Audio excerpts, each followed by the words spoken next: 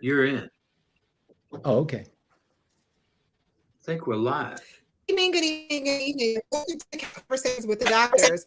Ladies and gentlemen, it's Monday, and it is time for Couch Conversation. Dr. Health is Wealth. So remember to share, and share again to remind all of your friends to join us on Monday nights for Couch Conversations with the Doctors. As always, we're going to go around this esteemed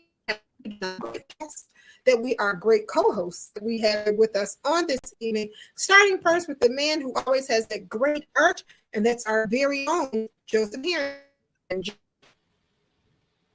Thank you, Nikki, and I want to thank you and the Congressman for providing this platform. And again, I'm glad to be in the presence of my colleagues who are very knowledgeable and can answer a lot of questions that I can't. My background is primarily in public health and healthcare. I worked for the city and state health department in 3 hospitals. I retired in 2017 from the Illinois Department of Public Health, where I served as the regional health officer for Cook County and had the honor to be an administrative law judge. Now I'll toss it to Dr. Tony. Outstanding, right, and thank you so very much. We're going to go right over to Dr. Terry Mason, our urologist of the stars, who hates accolades, but that's what he was, and that's what he does. The man with the plan. Dr. Mason? Thank you, Nikki, and it's always good to be here on the Congressman's platform that Nikki, you help make possible. As you know, I'm a urologist, a urologist, retired urologist, practiced for about 26 years, and then spent some time in governmental service, both serving as the Commissioner of Health for the City of Chicago and as Chief Operating Officer for the Cook County Department of Public Health and the Chief Executive Officer for the Cook County Health and Hospital System. So it's been an interesting ride, and I've gained some experiences that I could write a book about. But thank you for being here, and I hope that I can add something to the conversation. Well, outstanding, and thank you so very much. And Joe, I just heard a message, so I think there's a delay because I just heard you tell me to bring Tony in, and I just got that. Want to say hey to Audrey Jaycock. She's here. She says good evening to everyone. Want to say hey to Sister Bonnie. She is here. Good evening, Sister Bonnie. Virginia Knight is here, and she says good evening to all. Will Tony, the family medicine practice doctor who's also a weight loss guru with raise that vein pup. Go right ahead. Thank you, Nikki, and thanks to everybody that's here tonight. I hope everybody had a wonderful weekend. I know I did. A little hot in Chicagoland, but so be careful. I think the 90 degrees got to me, so it actually made me tired. So, but I love changes of season, and I love, I had some really nice examples of success today at the clinic. As a family and obesity doctor, I see a lot of people do really well when they finally have everything lined up so they can make some changes. So I really celebrate that every day. I also celebrate the opportunity to wrap up my day with you guys. So I really appreciate the Congressman, Nikki, and others who have allowed us to have this platform. So let's get this party started. Well, I agree. So since you said get the party started, we can't start until Dr. 100 is here. That's Dr. Real. That's Dr. Maya Green. Dr. Green? Good evening. Thank you, Nikki. Thank you, Congressman Danny Davis, for having this platform. I'm excited to be here, learn from the community, learn from my colleagues here, and come up with solutions that impact our community in positive ways. Thank you for having me. Outstanding. And thank you for being here. Well, to the guy who says I threatened him to be here on every Monday night, but he's always here on time. And tonight he's here in his red shirt. That's our very own Dr. James Miller. Dr. Miller. Good evening, everybody. Just want to thank Nikki and the Congressman for providing this platform that we're able to come and discuss issues of health and other issues that are affecting our community and try to discuss possible solutions. So we're happy to have this opportunity to talk and to discuss, and hopefully to have individuals to listen to us and hopefully help us as we try to make the necessary changes that will bring about a healthier community and a happier community. So I'm glad to be here this evening. Outstanding. Well, the congressman will be joining us a little later, but hey, that red shirt is speaking loud and proud. Why don't you get started, Dr. Miller?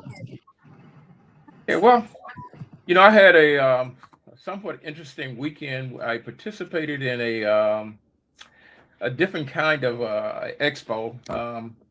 We call it Health and Equity Health Expo over at the United Center, and the theme was to talk about and to introduce players that are important in looking at and providing our community with healthy foods. And so as well as discussing means to help people to learn how to grow some food themselves. One of the things that I recognized when I was practicing that, you can come up with great ideas and give great information and to people in terms of what will make them better, able to eat better, provide better health. But if they can't afford it, so that become an issue. If it's not accessible to them, that's an issue. I mean, I look at it, three problems that I look at with food: affordability, accessibility, and the appetite for it. So if you're lacking any of those, that's going to be a problem. But if you're lacking all three of those, then you really got a problem. So one of the things that we try to do is to begin to talk to young people. It's good to, when you got a problem that somebody says to you, you got this problem and this is what you need to do. But I think it's better if we can begin to tell people, this is what you need to do so that you don't get these problems. This is how you need to eat so that you don't have diabetes. And you can avoid some of the things and the pitfalls that lead to bad health if you begin to look at preventing. There's a saying that an ounce of prevention is worth a pound of cure. And we all know that it's a lot easier in most situations to prevent a problem than to try to correct it once it's there. Because that becomes undoing, unlearning, and then trying to reteach, relearn. So that was one of the theme of the Health Expo. And on this program, we've been talking for a long time about diet and I don't really like to say diet, eating and what you should be eating, and to look at those things that can help to keep you healthy, those things that can prevent you from getting some of these diseases that are very common disease through not just in our community, but throughout the country. And so, so we like to probably, I would like this platform tonight to let's focus again on prevention.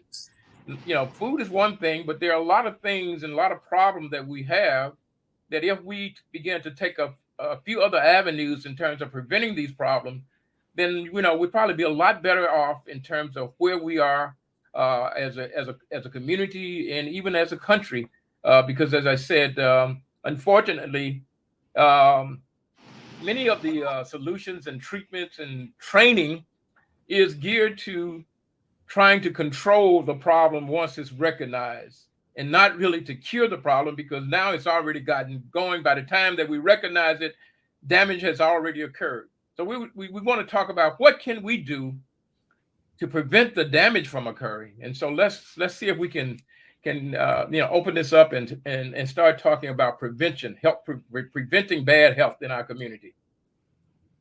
Dr. Miller, you raise some great points, and I'm going to kick this off by saying that there was one thing that when you were talking that we missed, and that is people have to have an appetite for the things they want to eat. And those appetites are formed early. Sometimes those are good appetites, sometimes they're not so good appetites. But for example, if and I think a lot of it happens in the family, if you've never eaten beans or you've never eaten greens or you've never really had these things and you never had it in a way that tasted good to you, you probably won't want it as you grow up. And you will still have your taste buds left to the vicissitudes of the marketing people who has engineered our taste buds to really focus on something that's crunchy, slightly oily, and salty. So we need to just, and sometimes a little hot. So I think that we need to make sure that we do that. We learned that in the southern suburbs when we tried to bring in fresh fruits and vegetables. But if people didn't have an appetite with them, a lot of that was never, ever bought. So we need to make sure that people know what they are, have eaten them, and want them to be eaten again. Yeah, I'd like to chime in as well, and I'm going to share a personal experience in a moment. But and we talk about appetite, and I agree that appetite plays a major role. But I want to drill down a little deeper and talk about taste, because taste is acquired. You're not really born with a sense of taste. You develop over time. You develop a taste for what's tastes good, what's salty, what's sweet, what's sour, what you like, what you don't like. Over time, you develop a taste for certain things because there's some things you like more than others. That's what taste is, and it really depends upon the foods that you are exposed to. And so, if there's certain foods that you're never exposed to, you don't have the taste for them. And oftentimes, I see people that talk about things, and many of those are vegetables that they've never had, and they don't like it because they don't like the way it looks uncooked, or they don't like the way it smells while it's being cooked. To be perfectly honest, my parents owned a soul food restaurant. They were in the restaurant business. Oh. And I would leave the house every time my mother cooked chitlins. I hated the smell of chitlins. I've never had a chitlin in my life. I couldn't see how anybody could eat chitlins. Now, there are people that is a delicacy, but I've never had one. I've never had a taste for one. I couldn't imagine how anybody could eat something, particularly when I saw how they had to clean the chitlins and all the work it took and the hours of preparation. I was thinking that might work for some people, but it certainly is not going to work for me.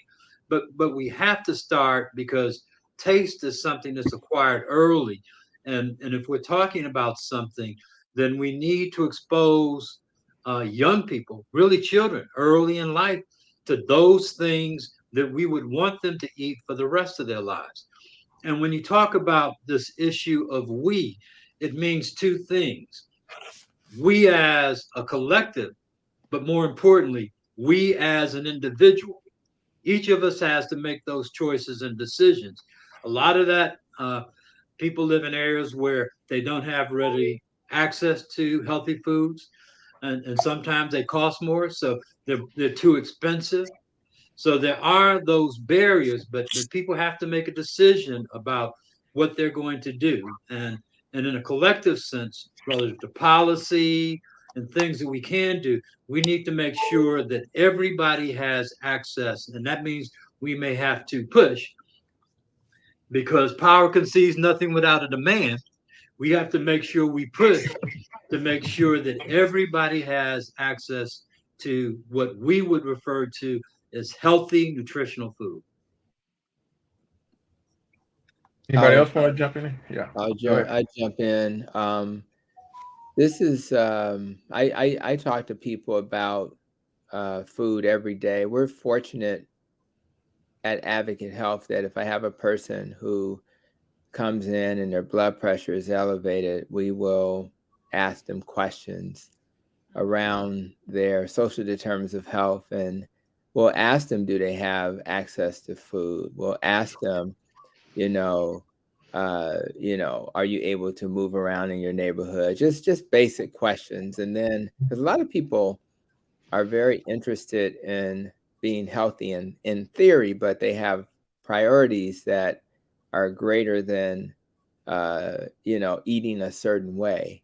They need to eat, but they're kind of, working two jobs, and they're just not prioritizing food the way we would like them to. So I find that the first thing that comes to mind is just, if I eat in a way that makes me full, then I'm not going to be thinking about food 24/7. So the first thing I tell patients is, let's make sure you eat real food and food that will make you feel full, right?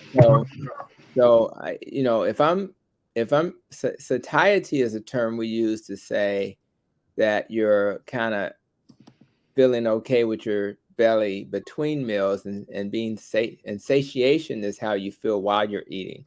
And so what I try to get people to do is eat real food, and for the most part, there are certain foods that make you feel full more than others. For me, in my world, it's about, I make sure to eat adequate protein and fat because those things will make you full. Now, when I get off this call, I will, I got some chicken that we will be air frying tonight, and it'll be after 8, and I'm not really hungry, and I've only eaten once today around lunchtime, and I'm not really hungry. So if you eat the right way and train your body to burn belly fat for fuel while you're between meals, you won't rush, from your job to some restaurant you shouldn't be going to because you're just starving. I remember before I started eating in this way, I would like literally can't wait to get to lunchtime. Now it's an afterthought. You don't even think about it. Now it's different for everybody. And I just wanted to say that first. But what's cool about that, we talked about cost, right? Well, it's a little cheaper if you don't find yourself always hungry and always wanting to eat. So, when it's just a training. So that's number one. Number two, when you're in, I went to, we went to Sam's this weekend. When we went there, we noticed that the prices are starting to come down a little bit. But because we eat typically in the animal and non-starchy vegetable lane, we actually literally walk by the inside of the grocery store where you have all this processed food.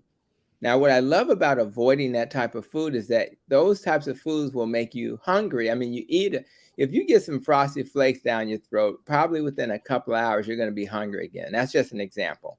Shout out to Turner the Tiger. That used to be my nickname, Pete, back in the day, right? So if you eat real food that's not in the boxes, you'll be okay. If you cook at home, you'll save money that way.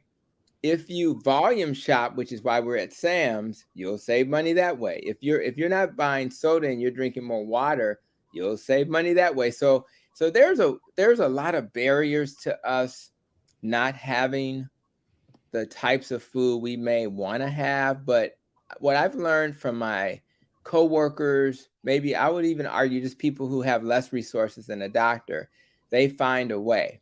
And I'm saying to anybody that's hearing our voice tonight, if you eat real food and you are not driven by the urges and desires. I remember seeing a mom and saying he won't eat anything but McDonald's.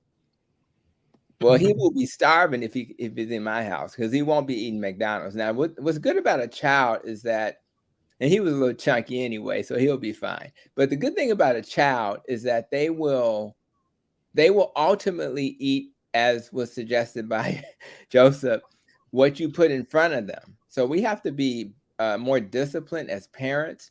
We have to be more disciplined for ourselves. And if you don't buy garbage in your home, you won't eat garbage in your home because we have the same urges our babies have. So I just want to kind of remind people that eating at home, cooking with your family, and maybe avoiding the cost of those restaurants is kind of a good place to start. Yeah, I'm gonna jump in. I'm gonna be real brief because you used the term. You talked about real food, and that's food as close to its natural state as possible. And pick up on something you said. Cookies are not food. It's not food, and so people have a confused idea of what food is. So as we move forward, I would encourage my colleagues to give examples of real food as they talk so that people know what real, because we've lost concept of what food is. We think anything we put in our mouth and eat is food because it satisfies that taste and we're less hungry. We're satisfied, so we move on. But that doesn't mean we've eaten anything that's going to help really fuel and nourish our bodies moving forward. Yeah. Let me just say this. One of the things that's very important.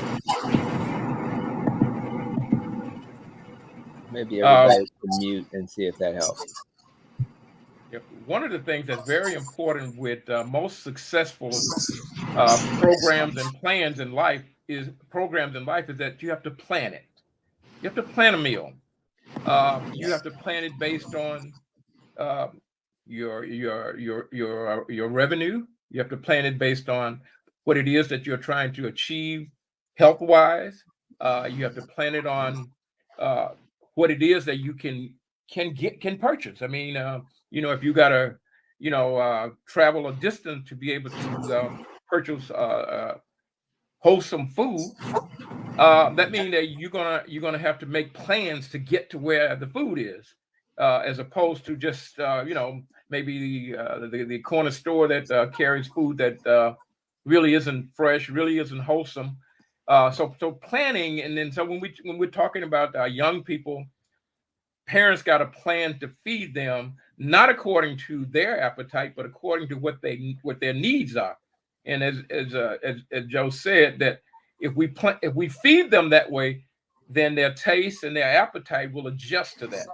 Hunger can make you do some things and eat some things that you normally won't eat. But in my house when I was growing up, that I don't eat this was not an option. You were required to eat what was prepared for you, and you weren't forced to eat that, but you either eat that or you didn't eat. And so, and if you get hungry enough, I think you probably most of the time I'd eat. So what I'm saying is that we talk about prevention. Planning is a necessary part of that. We have to understand that. What am I looking for? And so, and that was one of the other topics that came up in some of the discussion on Saturday, is that because we have some other urgent issues, some acute issues for our young people that we have to address. Because if I'm only expecting to live until I'm 40, atherosclerosis, heart disease doesn't make any difference. But if I'm planning to live a long life, then that makes a difference. So we really do have to begin to address these acute issues so that people will get this feeling, yeah, I'm going to live a long life, so I need to prepare for that. But if I'm only preparing for a short lifespan, my approach is going to be totally different. So, Pete, give me a response to that. Yeah, I agree with you, Dr. Miller. And I was just thinking, in my primary care practice, don't understand where they got their eating habits from. And I think it's important to acknowledge that some of the way we do is in response to the history of trauma that's happened to us. And we got to acknowledge it. I'm not saying it's an excuse, but we got to at least be able to point out that there's some things that happen to us that food and a high sugar content was needed for us to survive. Yeah. Physically, mentally, and spiritually, right? Now, even though we know that over time that high sugar meal was going to tank us, right? Spike our insulin levels, raise inflammatory levels, but our people didn't know that. But it was a way to make it through the day. It was a way to make it so that future generations could be here, right? And I'm talking about like slavery, Reconstruction, the whole nine. And so, but now that we're here, now what do? We have to at least acknowledge, one, that some of that trauma is still there, right? The racism, and we're working 2 and 3 jobs just to make a reasonable living. We have to acknowledge that some of that's still there, but we don't want to add fuel to the fire by eating in patterns that does not make us well or our family well. But I'm saying this to say I have to give some grace to my patients to say, I understand, I get it. That cupcake made you feel good. It was some sense of like relief behind the stress and trauma that you've been through, right? And all the pressures on this single mom with 4 kids and the whole nine. But then we say, okay, how can we swap that cupcake out for something more healthier, and thinking to yourself that you have to be here to make sure these kids make it. Okay. And so the cupcake won't help us. And we understand it, but it won't help us. And so I'm saying I do believe as healthcare professionals and public health people, we have to acknowledge the systemic trauma that is that is really, I believe, having an impact on why we eat the way we eat. And there's people that talk about epigenetics and things like that. You know, many of the enslaved Africans wouldn't have made it without their kidneys holding on to all of that salt, right? A lot of the enslaved Africans died in the transatlantic slave trade. So, but now that we're here, we got to do better, and we got to acknowledge that, you know, your personal stress could impact your lack of sleep. All of that matters in terms of your choices and what, and of course, you know, many of my colleagues mentioned about, you know, finances, food. If you're working 2 jobs, when do you go to the grocery store? Like logistics, like for real. Okay. And those are real things, but it's also important to acknowledge this sort of overarching reasons for why we consume the foods that we do.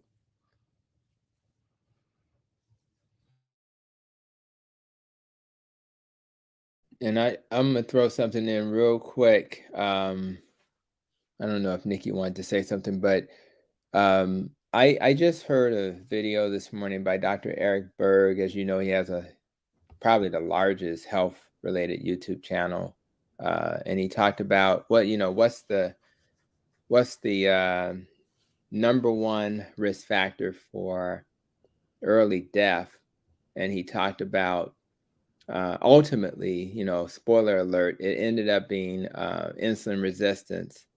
And the question is, well, where does that come from?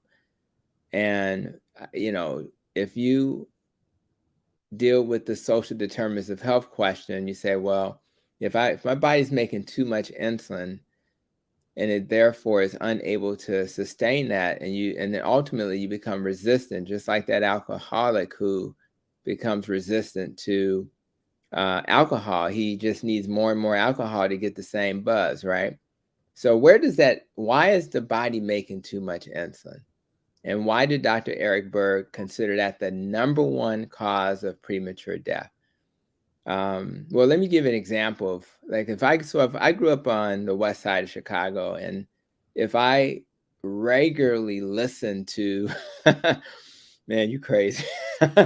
If I regularly, this is what I had to deal with in college and medical school, guys. This guy had me laughing. I couldn't even study. But I had to, you know, I grew up on, you know, in an area near Costner and Jackson, for those who are familiar. And it was, you know, you would hear gunshots at night.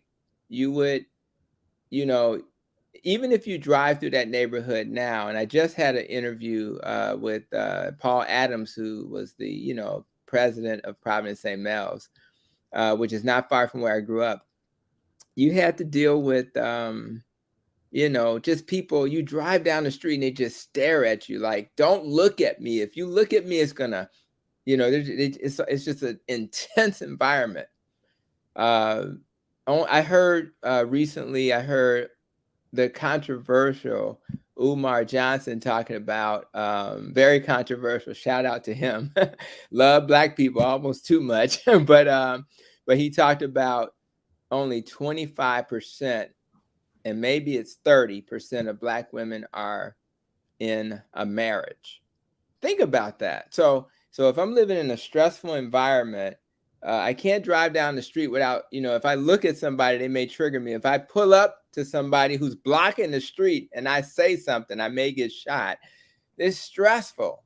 And if I'm living in that stress, maybe I'm having issues with a relationship, I'm a single mom, then of course your insulin level is going to be high, because it tends to be high because your cortisol is going to go up, your stress hormone, you're going to make glucose. And guess what? You got to do something with the glucose. So your insulin level is high. And that's just one tiny example of why we live in a community that is struggling with chronic medical conditions, because when you have insulin resistance, that's going to lead to a heart attack. So Tony, you gotta slow it down for us one more time. I mean, I think, you know, man, for the ones in the back that didn't hear it, take us through that hormonal cascade. So from the gunshots, what happens to your hormones?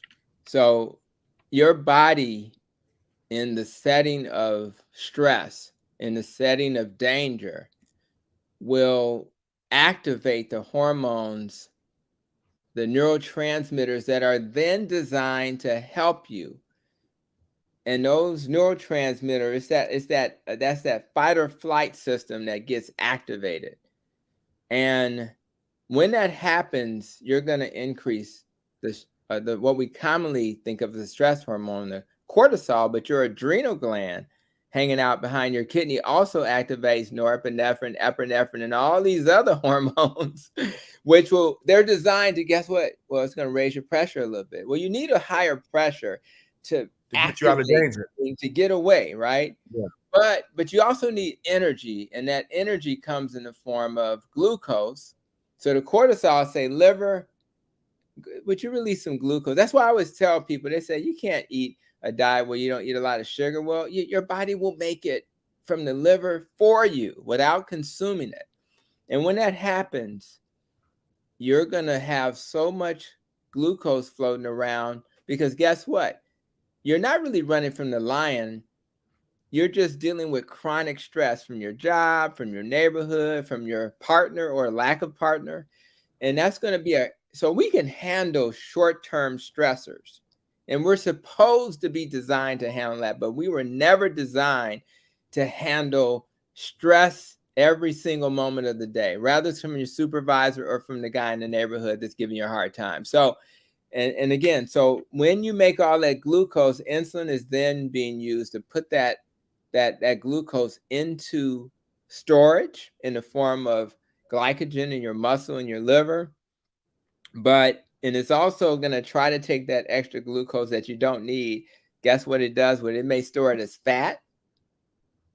But the inflammation by itself from that high insulin level will absolutely cause inflammation in your blood vessels, not just in one part of your body, all over your body. So if it happens in your heart, you're at risk for a heart attack. If it happens in your brain, you're at risk for dementia or stroke.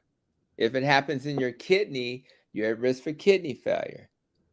If it happens in your private part, my brother, you have issues with erectile dysfunction. It affects every part of your body, which is why we are obsessed with trying to share the message that if we focus on that one thing, and guess what? There is no magical pill. They will try to convince you that metformin is good for insulin resistance, and there are some benefits. But the real benefit is addressing those stressors that led to it in the first place. The real cure is to deal with a diet that's not causing inflammation because you bought it out of a box. The real answer is to learn how to go to bed and stop sitting up all night watching Netflix when you know you got to get up the next morning. The real solution is learning how to deal with stress. So when you're faced with those moments, I remember if somebody is behind me acting a fool in the car, excuse my French, I ignore it. I don't yell at them. I don't put my finger out the window. I don't start grabbing my concealed carry. I'm like, whatever. You can blow, yell, scream, because guess what? There's a car in front of me, or I'm trying to make a safe turn. You have to teach yourself how to deal with this crazy world, because I hate to say it, the world won't change. You have to change. It was crazy when you got here. It's crazy now. It's going to be crazy when we all leave here. So I really want you guys to understand what insulin resistance. I would even go to Dr. Eric Berg's YouTube channel. It's the last video he released today. So check out that so you can start learning these principles. And then you start to ask yourself, well, where do I have gaps? Is it the lack of exercise? Is it the sleep, the stress? Is it the diet? And then you start to take baby steps towards improving those things, because all of us are in the process of being better than we were yesterday. Don't get it twisted. Everybody on this call is struggling with something. And we're just learning how to get better with those struggles as we then teach you what we're learning. That's all it is. We're just teaching as we learn. And so I appreciate Brother Pete for just asking a little clarity, because my brain is, thinking about these things every day. And I know everybody is hearing some of this stuff for the first time. Tony, I'd like to give another perspective. And that was good that we understood the biochemistry. But there's another thing that's silent that we don't talk about.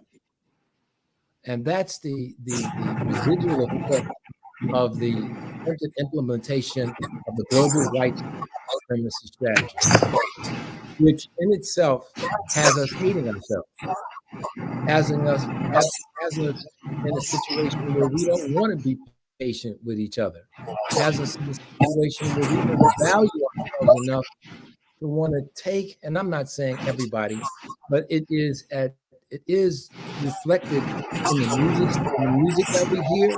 It's reflected in the kind of activity, the way we act. I don't know what that noise is. I don't know if that's me or not. But I think that we do need to take a moment to think about this, because when I used to talk to some young people and did some work in some of these places, and actually spent some time over at the JDTC, the Juvenile Temporary Detention Center at the county, trying to just understand, not trying to make a value judgment one way or the other, but just trying to understand, and why sometimes we have such, why we devalue what appears to be devaluing life. But it's not just the life that people may take as the value, but they devalue their own.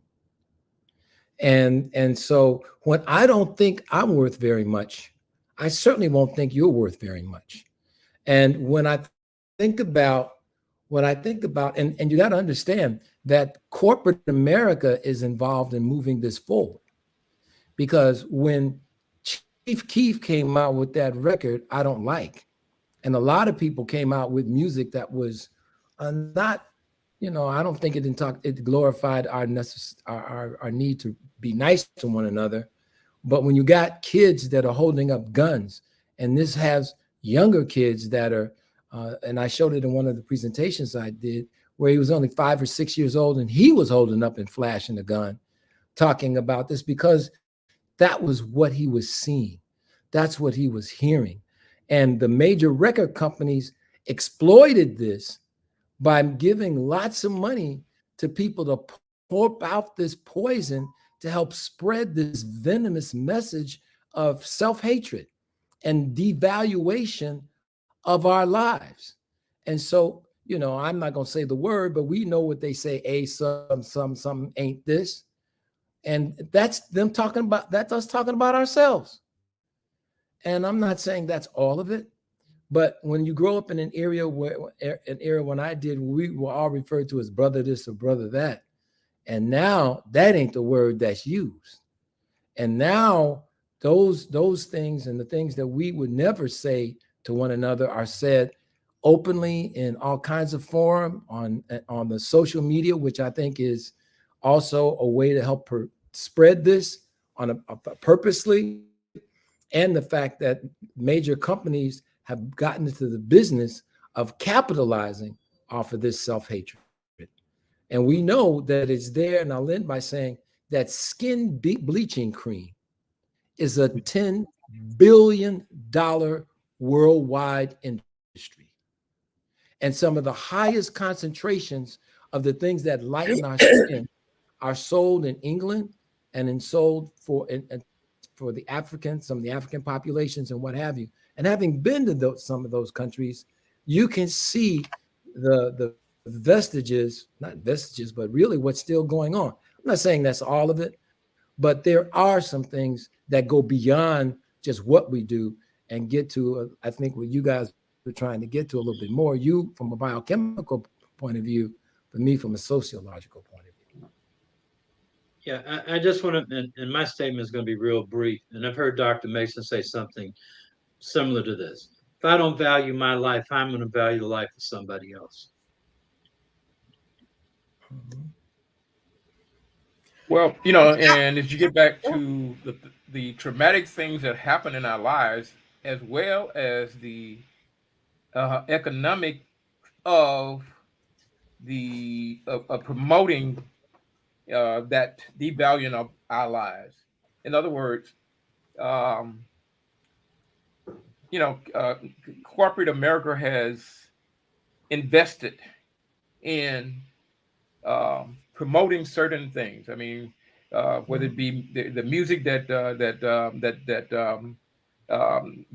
divides and devalue, have a spirit of devaluing life of our women or the life of our own life.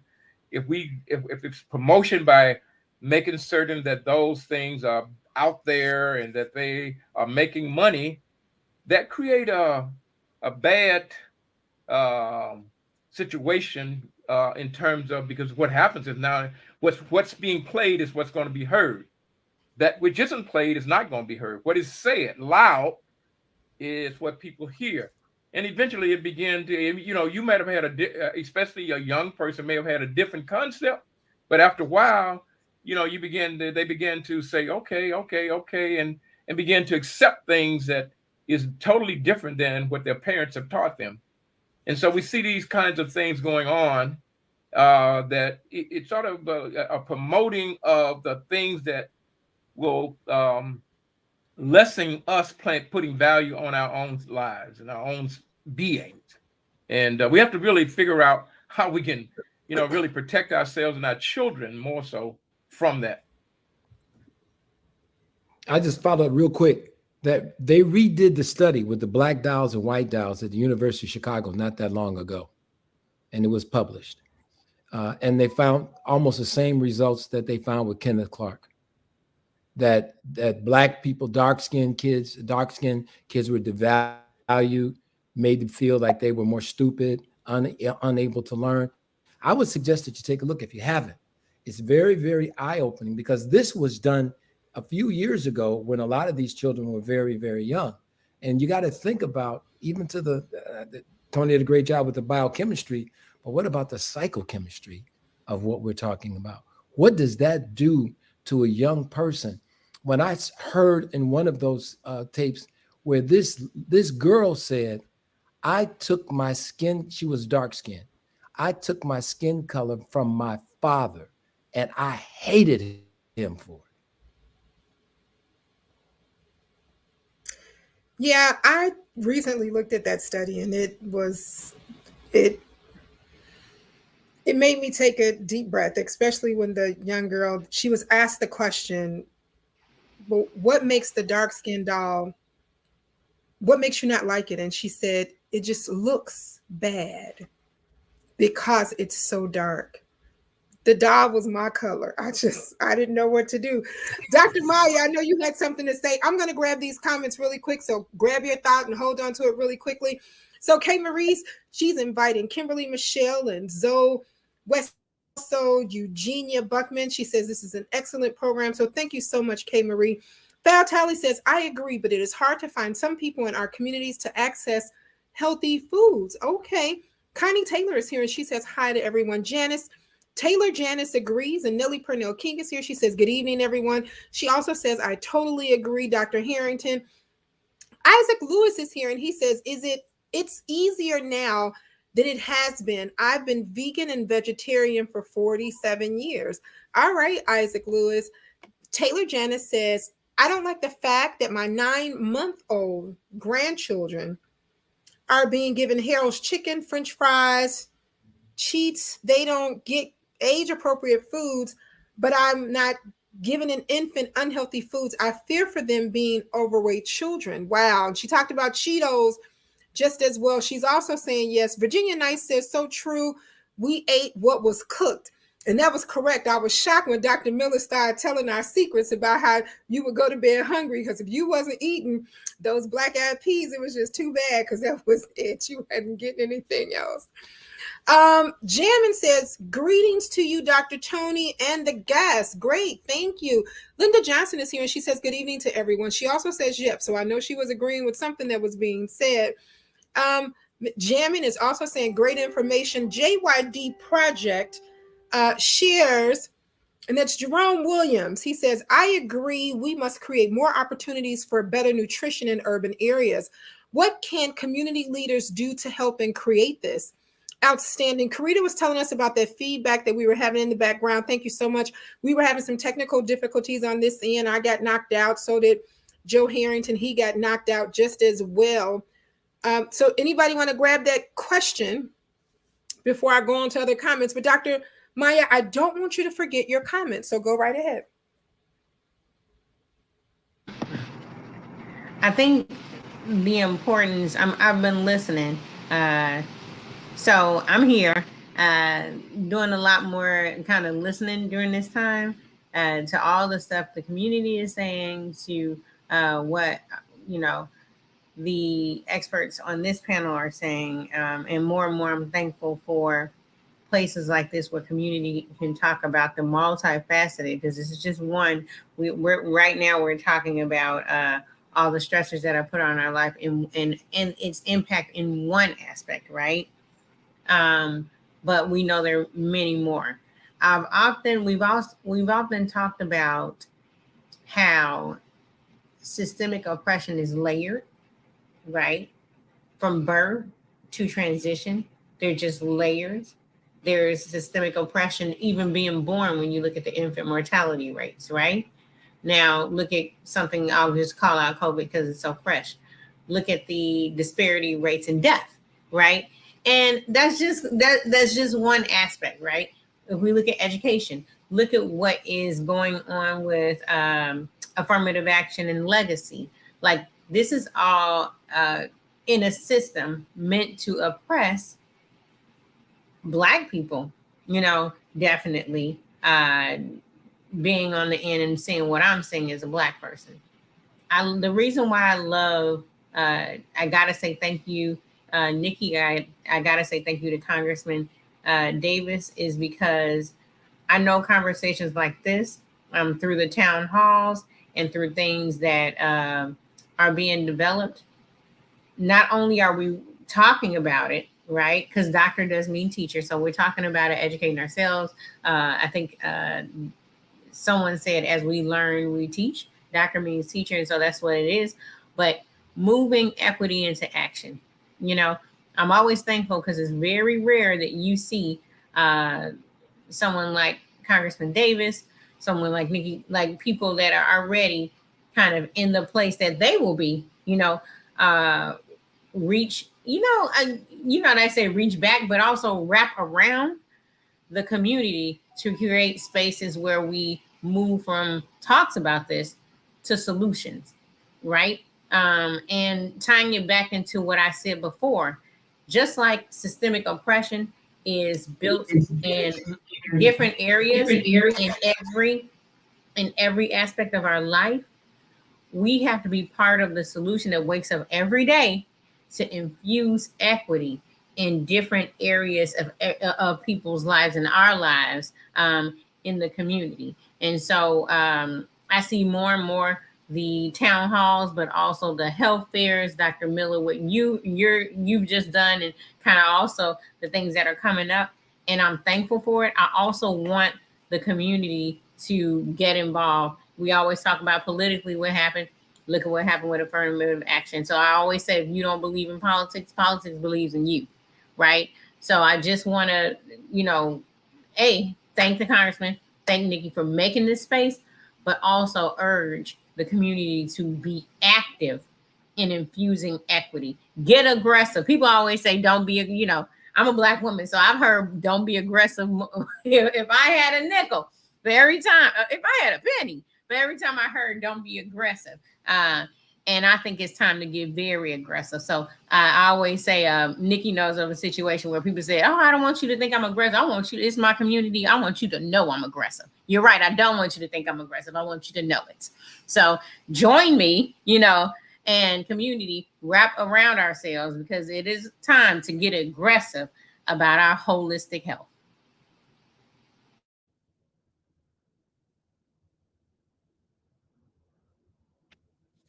Amen to that. Well, okay. At the end, we're going to make sure that we pass the collection basket, because between you, Dr. Miller, and Dr. Mason, sometimes I don't know exactly if we in the pulpit or if we on social media. Victor Ramos says, time caps allow brain thoughts to help your desires to change eating. Sleeping basically is the answer to change. Thank you, Dr. Tony Hampton.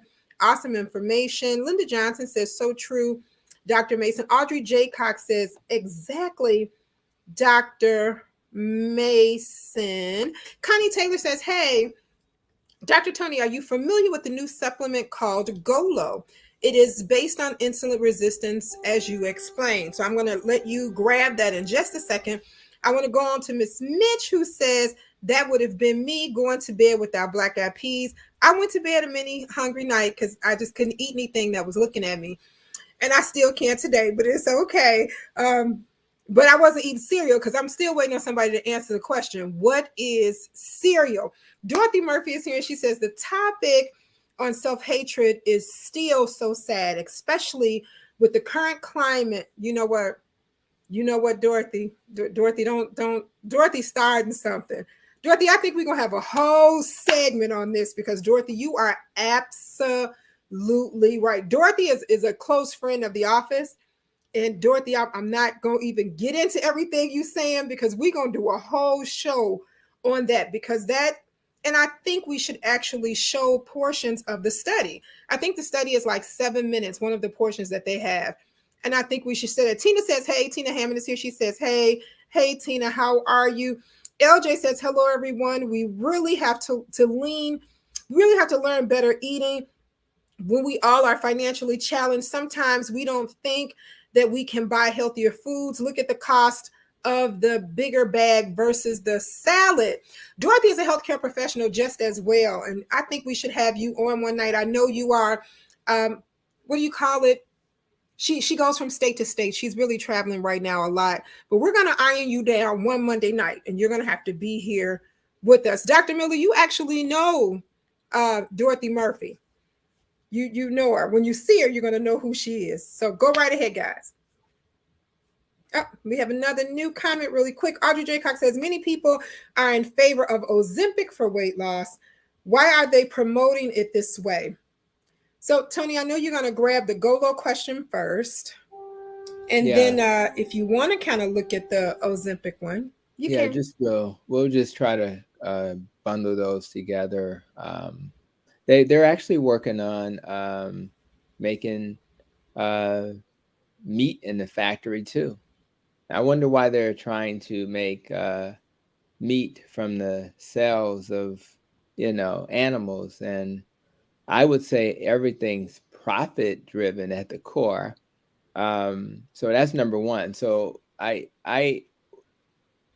Ozempic, I'm going to go backwards. Ozempic is a great drug from the perspective of how it works. It does reduce insulin resistance. It does only release insulin on demand. And the problem with our diet is that we are constantly eating foods that make insulin necessary constantly. The stress that I mentioned earlier, the lack of sleep will make us make insulin constantly. Being in dysfunctional relationships will make us make, so I think Ozempic does a better job of only releasing insulin on demand, slowing gastric emptying, so I feel full, and it just makes you feel full.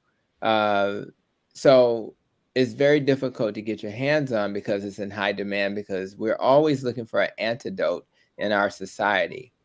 Instead of thinking about why I have troubles with my weight or my blood sugar, we're looking for an antidote.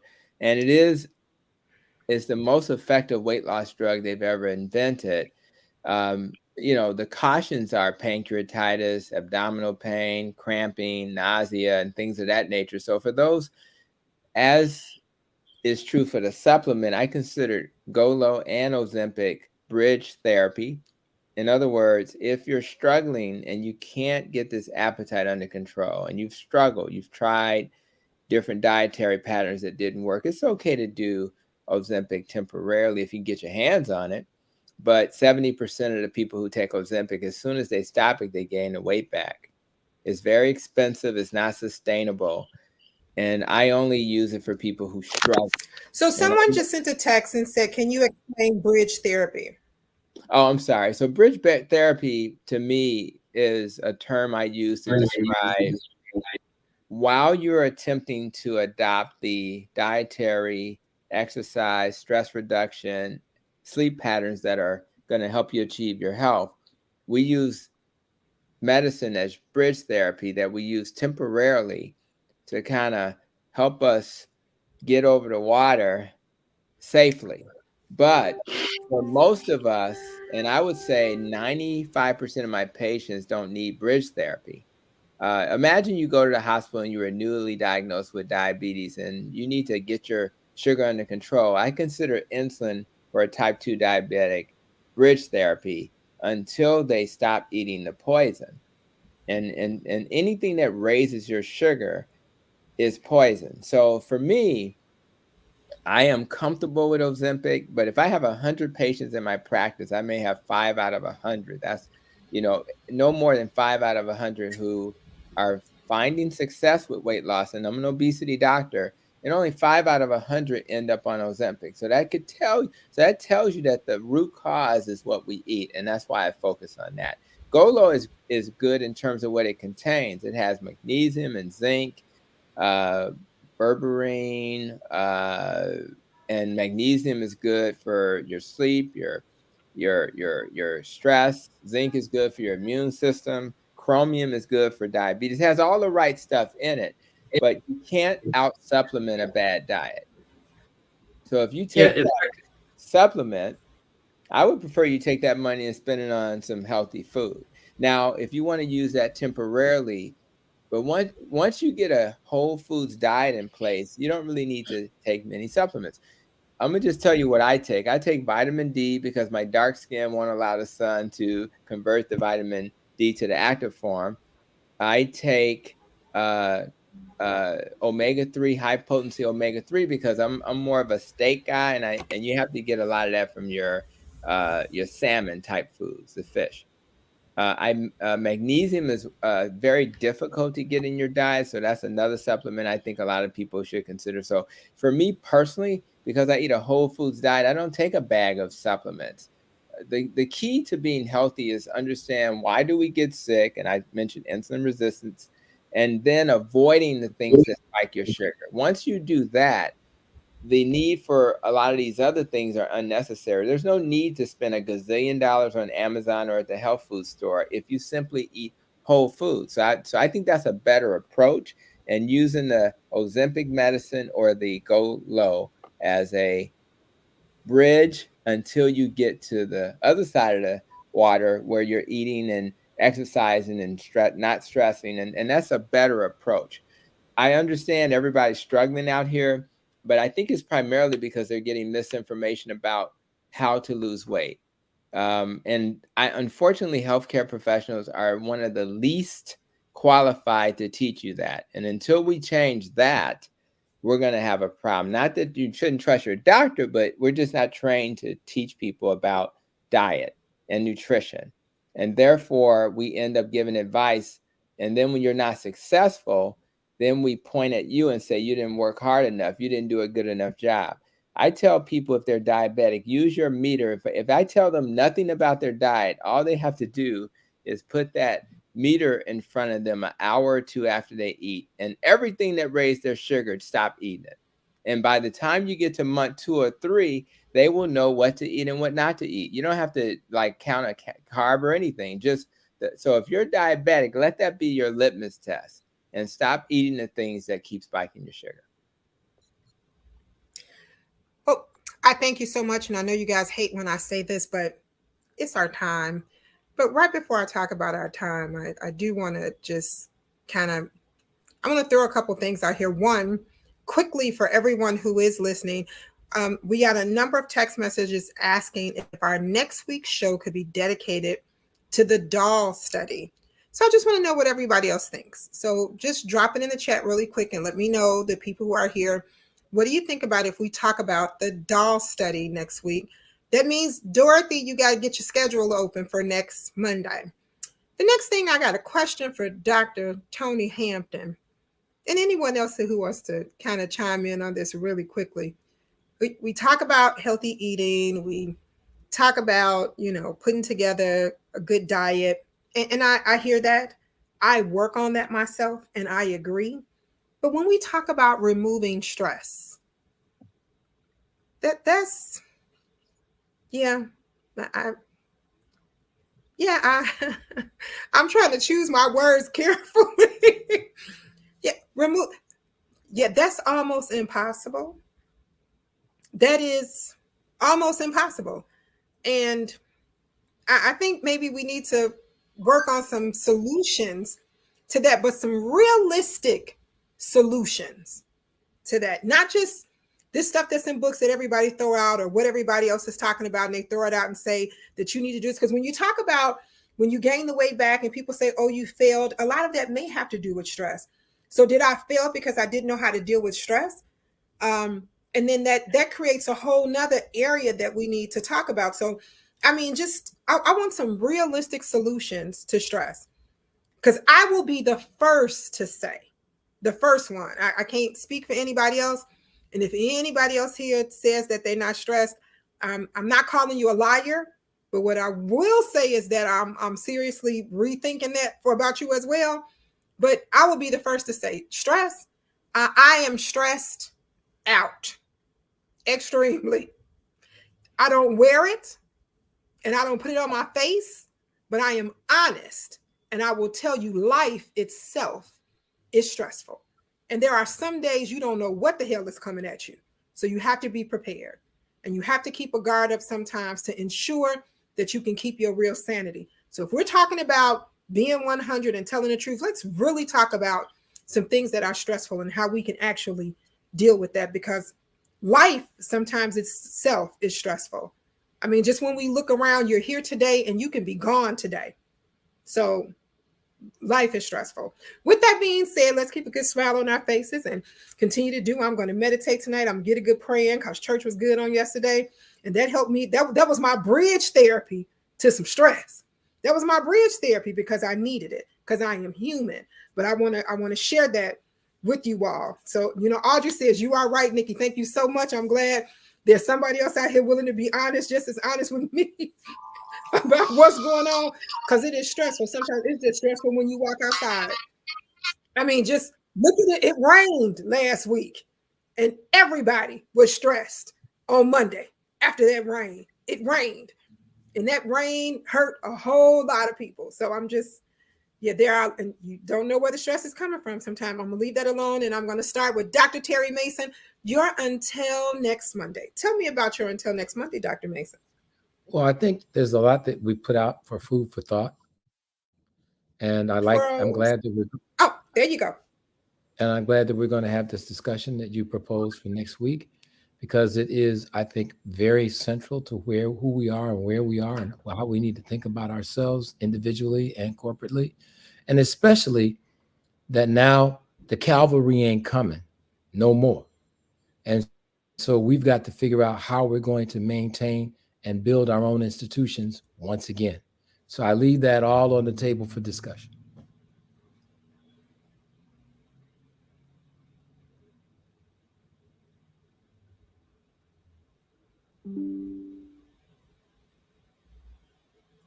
Dr. Mason? Yes, I was done.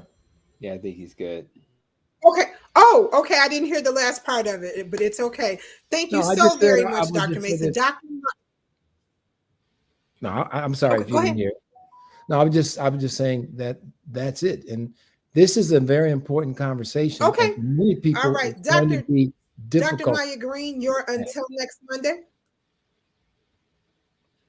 Nikki, I think there's a delay, but until next Monday, dovetailing of what Dr. Mason said, our community waiting for the cavalry to come. I want to remind our community that we have within us everything we need to live and thrive in this moment. We have been the cavalry for so many other communities, so many other ethnicities. We have been the cavalry, and it's time for us to not wait for another cavalry. And so it makes sense that we think, because we've been the cavalry, it makes sense that we think a cavalry is coming for us, but we are the cavalry, and the same, I'm excited about being alive and here during a time where I feel like so many of us are about to realize and make momentum to save ourselves, and excited to be part of the solution for our community. Thank you. Outstanding. I love when Dr. Mason says that, because I actually use what you just said, Dr. Maya, that we have been the cavalry for everyone else, and it's not coming. He is absolutely right. We are. But that's why we think somebody else don't. we think it's gonna be some reciprocity, but a lot of times it's not. So let's get it, you know? You're right. Dr. James Miller, you're until next Monday. Okay, well, I'm gonna speak on the same line of that Dr. Meyer and Dr. Mason talked about, and that is this: even though there are a lot of difficult situations, a lot of bad things going on, life is still good. It still give us another opportunity to fix some things, and so we can look at it in a pessimistic way, or we can be a little bit more optimistic in the sense that if I got an opportunity to fix some things, then that's a good thing. And let's look at that part and say, is that all these things that have been occurring to us all the 400 plus years that we've been in this country, but let us be optimistic from this standpoint, that we have helped to build this country. We have supported people. We have raised other folks' children who are now telling us how to raise children. So let us look at the positive, good things in life. And I think that even as we approach this, they're talking about the stresses in our life, is that sometimes you just got to close the door and lay back and thank God for the life that He has given unto us. And so.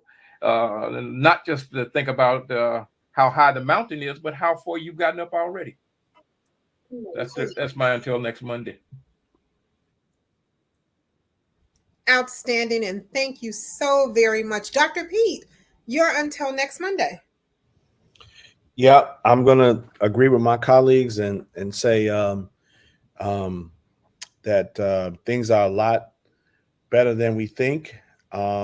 And if I could go to the good book and say, so a man or woman thinketh is he or she.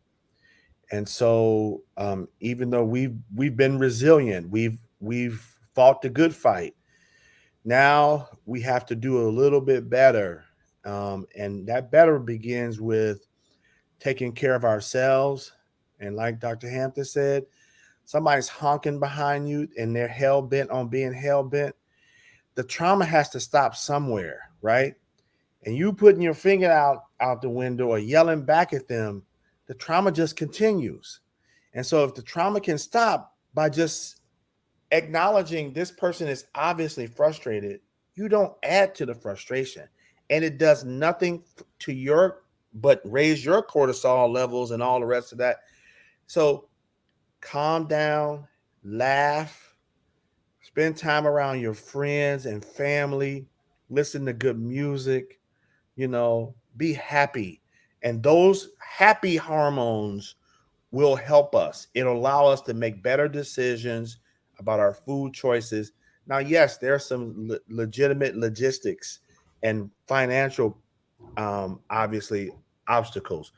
But the beginning is not being in a traumatic state where you're trying to consume foods that feed into the trauma or that can help the trauma. No, stop the trauma, laugh, love, pray, meditate, walk, and put a smile on your face. Who knows? Maybe when the person drives by, they might be like, brother, I remember you from college or something, and you thought he was honking at you but you see how if you just flip it and just say, oh, you remember me? Oh, yeah, how you doing? See? So we're gonna stop the trauma right away. That's all right, Pete. All right, Pete. That's outstanding. Outstanding. Dr. Hampton, you're until next Monday. First of all, I just want to do a shout out to Dr. Pete for really making my undergraduate, and I would even argue more importantly, my medical school journey a happy time. Right back at you, brother. Back at you. I mean, we spent 8+ years together. Nobody would know that. I've never spent that much time with somebody getting an education, and we laughed and worked out. We were some big guys back then working out, doing our thing. And but I was just happy having somebody that I could relate to, who understood me. When we went to New Orleans, they were like, house music, what? So so it it was just a beautiful thing. But and it does matter. So be careful who you hang with. Be careful what you listen to. I mean, I put that Pharrell Happy song on and it changed my entire mood. If I put Tupac on, it may go in a different direction unless he's singing Dear Mama, you know, Mama, right. It may cry. But I'm gonna tell you something. I said earlier that we're all on a journey. I started my low carb journey about 11 years ago. Prior to that, I was doing something different, but I became a better person because of that. I probably didn't get that exercise that me and Pete started in medical school down more recently until about 5 years ago. I didn't really master my stress, how to deal with people blowing at me until about 4 years ago. I mastered my sleep about 2 years ago. So what I'm trying to get to your brain is this is a process. And what I try to do every year is what is that one thing I want to get better at for 2024? Start thinking about that right now and start making a plan so you'll do that. And I guarantee you, 10 years from now, if you do one thing every year, you're going to be a completely different person. So don't think you can't change. Change is something we're all capable of doing. We've been blessed with that gift from above. So I want to encourage everybody checking us out tonight. Just find that. Outstanding. Thank you so much. Right before I bring Joseph Harrington to give his until next Monday, he's going to also close it. Well, he's going to also close us out as well for the evening. The congressman couldn't make it. So right before I bring him, I just want to give a couple great announcements for upcoming events. Join us this Saturday, July 15th. So join us Saturday. Parker Youth Foundation, Malcolm X College, Wendell Phillips Academy High School, the Bright Leadership Institute, Athletes for Competitive Equity, aka ACE, Dr. James Miller and the Urban Transformation, Balance and Beauty, Sankofa Safe Child Initiative, Shooting for Peace, Train Sports Club, the Chicago Police Department, Rising Sun Missionary Baptist Church, and the NAACP for a youth mentoring and health excellence, and the Sonny Parker Youth Classics, Unity Classics. Join us to meet all youth. The target group and population is 8 to 18. Join professional, retired, and current basketball legends as they mentor our youth to greatness. So join us for the kickoff event Saturday, July 15th at 10 a.m. at Malcolm X College at 1900 West on Jackson. I will actually repost this. There's a QR code so you can actually get as many free tickets as you would like for you and your group that may want to come. And then we also want you to mark your calendars for some additional dates from July 30th through August 14th. If you have any additional questions, you can make sure that you give our office a call at 773-533-7520. Once again, that phone number is 773-533-7520, or you can email me, but that will all be on the flyer that I'm going to repost right under your comments here. On Thursday, August 10th, that's Thursday, August 10th, we will have a town hall meeting. And this town hall meeting is called Rooted in Dignity. We want to make sure that you have all of your end of life information. There are tons of resources out here that are not even used properly in reference to burials and planning for your families. So we want to make sure that you have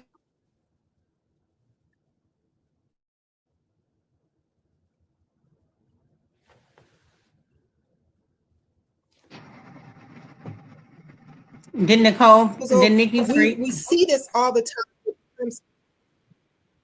We see this all the time, and it becomes a reoccurring problem in our communities when this happens, when there's a death, especially a sudden death, and there's no preparation. So we want to make sure that everyone has these resources that are out there and that you are prepared for what is happening or what will happen one day eventually. Also, August 19th, which is the Congressman's Back to School Parade, Picnic, and World Health Day. It is a great day in the park at Columbus Park. We want to make sure that we invite you guys out. We have all health services in the park for you that day. Any and everything that you can possibly need. We give away thousands of book bags, which are age appropriate, filled with all the school supplies they need to actually start. There's great free food and entertainment.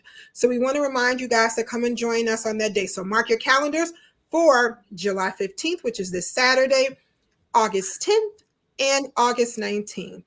Joe Harrington, you're until next Monday, and take us home.